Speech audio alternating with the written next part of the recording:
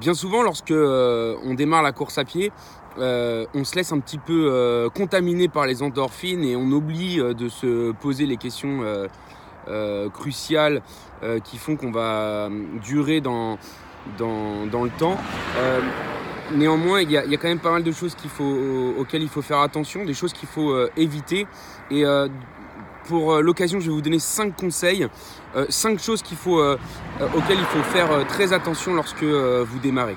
Alors, première chose, attention, ne courez jamais à fond, gardez toujours une soupape. C'est un petit peu comme si vous étiez avec votre véhicule, roulez à 80%, laissez de la marge de façon à déboîter si toutefois il y a un obstacle à dévier, c'est un peu ça. La loi de Pareto me semble, vous connaissez la loi de Pareto, la loi des 20-80, bien souvent on l'associe au business, mais c'est un peu ça, gardez 20% de marge au cas où il y a besoin de faire un effort supplémentaire et surtout pour garder une soupape d'envie et de volonté. Deuxième point, arrêtez de courir le nez sur la montre. C'est une indication, c'est un indicateur. On aura l'occasion d'en reparler.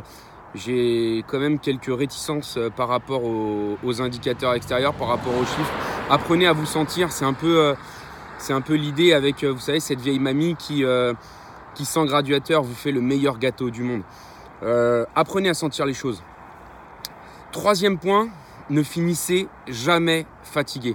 Il faut toujours que vous ayez, comme lorsque on parle de courir à fond, il faut toujours que vous ayez une soupape qui vous permette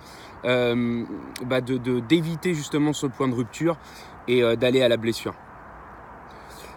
Autre chose, adaptez votre allure, évitez de suivre les meilleurs. Gardez une certaine constance dans ce que vous produisez. Essayez de comprendre subjectivement quels sont vos mécanismes et vous allez retrouver une allure qui est une allure un petit peu de confort, de légèreté, de celle qu'on appelle plus techniquement l'allure au seuil. Et enfin, dernier point, c'est le cinquième des conseils.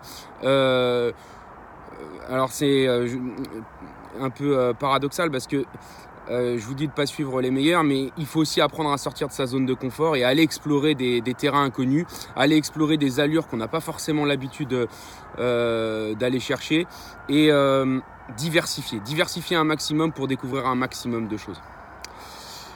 Pour conclure, faites simple, le running, ça s'associe au plaisir. Le seul indicateur que vous devez garder en tête, c'est que si cette notion vous échappe, alors c'est que y a très probablement un warning ou un danger. Et le mot de la fin, essayez systématiquement de vous sentir léger. Il y a un ancien ministre qui s'appelle Chaban-Delmas qui disait, et qui était médecin accessoirement, et qui disait il faut quitter la table en ayant faim. Alors non pas qu'il faut crever la dalle, mais il y a un peu cette notion, gardez cette notion de légèreté lorsque vous avez terminé votre séance, ça vous donnera envie d'y retourner. Ciao.